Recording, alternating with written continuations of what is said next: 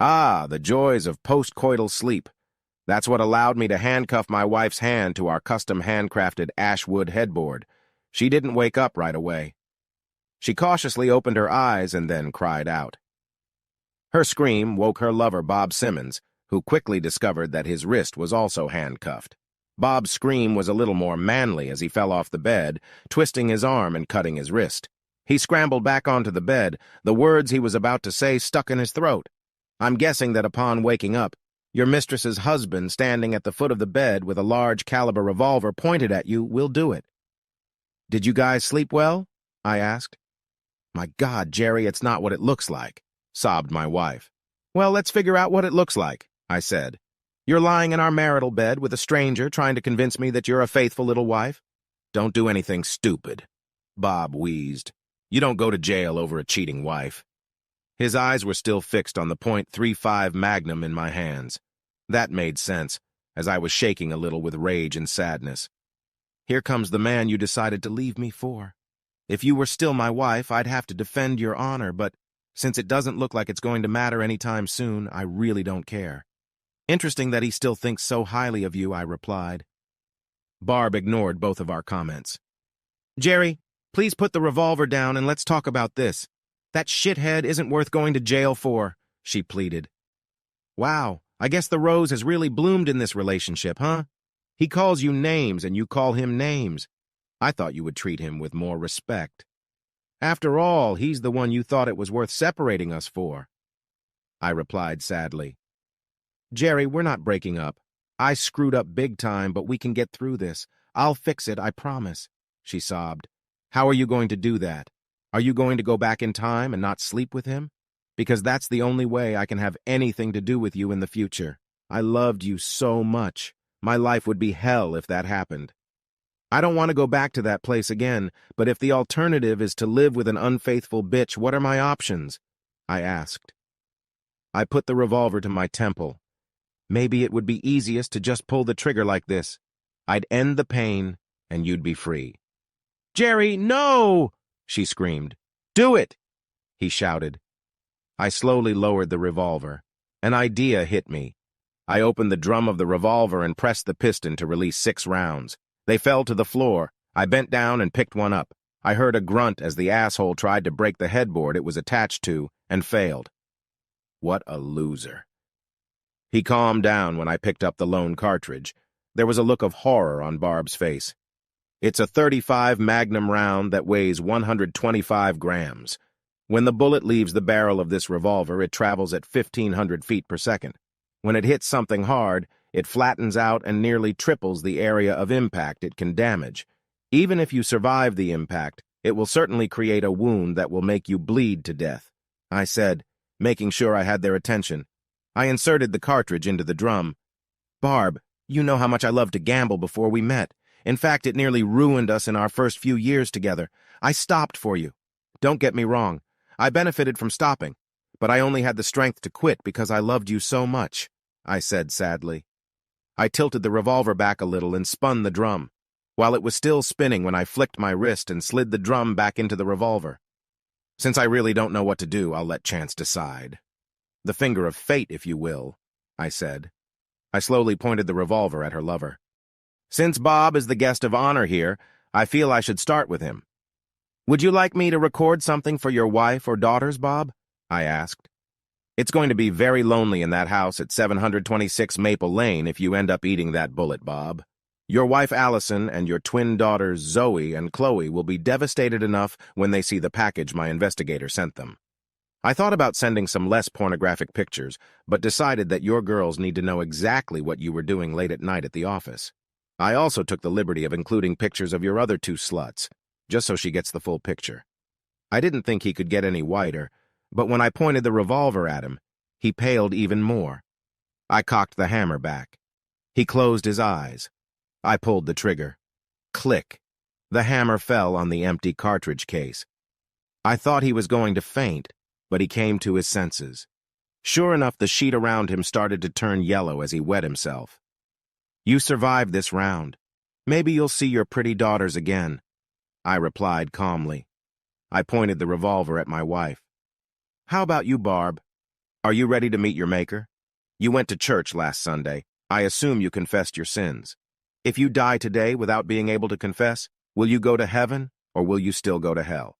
Unless things have changed, is adultery still considered a sin in your religion? I asked her. Yes, she whispered with her eyes closed. I'm sorry, what did you say? I asked her. Yes, Jerry, adultery is a sin. It's a sin against your spouse, and it's a sin against God. I never admitted to what I did. I'm going to hell if that bullet hits me, she said.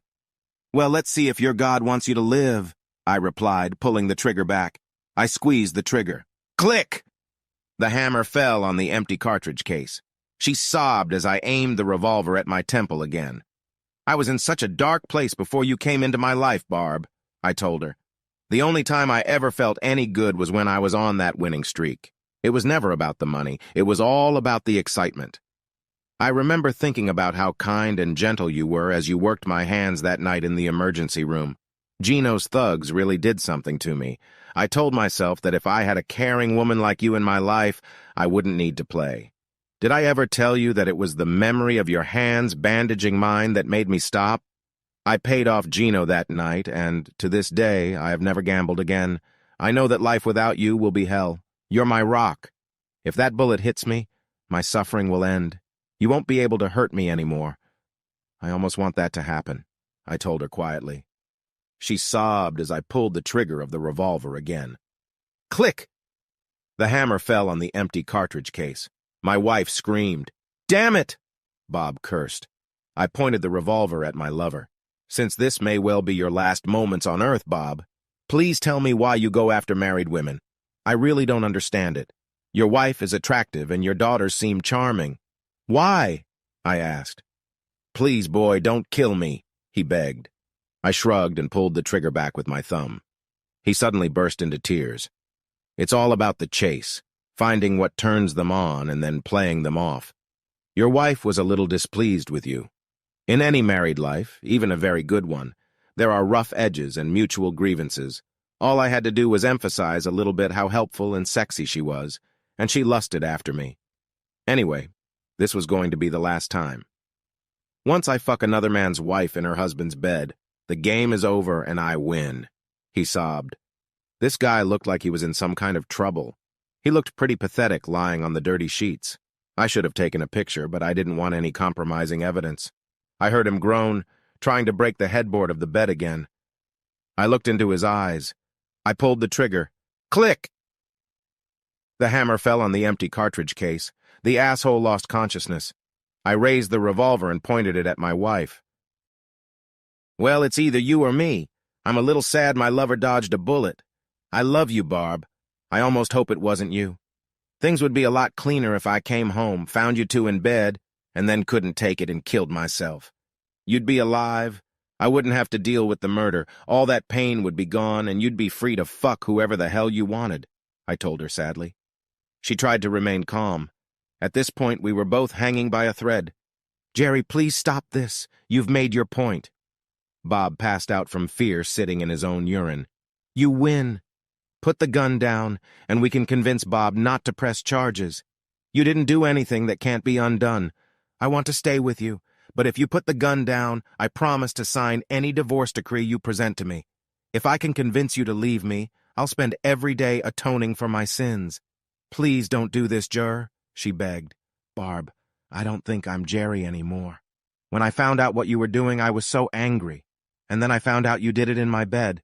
Well, something inside me died. I think right now I'm the finger of fate. Let's see if it's your time, shall we? I pulled the hammer back with my thumb. I pulled the trigger. Click! The hammer fell on the empty cartridge case. Barb began to roar as I pointed the revolver at my head. Looks like fate has decided. I love you, Barb. I'm sorry it's come to this. I hope you find happiness, I said, slowly pulling the trigger. Jerry, please don't, she screamed, trying to break the headboard she was handcuffed to. I'll leave or I'll stay, and you can beat me senseless. Please don't do this. Oh, God, help, help, she screamed. It's better this way, Barb. I love you, I said sadly. I closed my eyes. I pulled the trigger. Click. The hammer fell on the empty cartridge case. I guess I should explain. You can see that as a player. I'm pretty good with my fingers. Gino mangled my left hand, but my right hand was still pretty good. Card tricks, shuffling chips, and coin flips all develop your dexterity. So getting a cartridge out of a revolver's drum isn't that hard, especially when your audience is focused on the barrel. Tilting the revolver backwards to turn the cylinder gave me enough cover to remove the cartridge from the revolver and put it in the palm of my hand. After that, it was all a game. Why? Because I wanted them to feel fear and pain, but I wasn't prepared for the ordeal for these assholes. Back to our story. I laughed so hard when I saw the look on my wife's face. "What, slut? Did you really think I was going to jail because of you two? Ha!" I managed to choke out, trying to catch my breath. Still laughing, I bent down and picked up all 6 rounds of ammo from the floor. I loaded the revolver for real this time. There was no point in taking any chances. I tossed the key to the handcuffs to my wife. She was sobbing and seemed to be panting slightly. Jerk Bob was coming to his senses. Barb was still sobbing and made no move to pick up the key. I noticed that Bob was focused on the key, but was looking at me, contemplating what he should do. "Take the key, asshole, get your clothes, and get out of here," I told him. "Think of it as a lesson learned, Bob. Right now you're allowed to live, but if I hear anything from the cops about today, I'll kill you and your family in the most painful way possible. If you keep your mouth shut, it will save not only you, but your wife and kids as well," I told him in my most serious tone. Would I really do that? Hell no. But I hope Bob thought I was being serious. Otherwise, I could have gone to jail for more than a few years. When all was said and done, Bob never said a word about what happened. Barb was devastated, but signed the divorce papers without any complaints. It helped that it was a pretty fair deal in terms of money. The only thing I asked for was my grandmother's wedding ring, and that she get her maiden name back. She moved to Grand Rapids and sends me birthday wishes on Facebook. It doesn't look like she's dating, but I don't look at her social media page. I wasn't kidding when I said I loved her. I still get furious sometimes about what she did to me. But I've moved on. There are more good days than bad, and there are already a few women I'm friends with benefits. Bob is divorced, and the last thing I know about him is that he lives in a shitty one-bedroom apartment, paying spousal and child support that has nearly broken him. I sent him one instant message before he blocked me. I texted him that if he wanted to end it, he could borrow my revolver.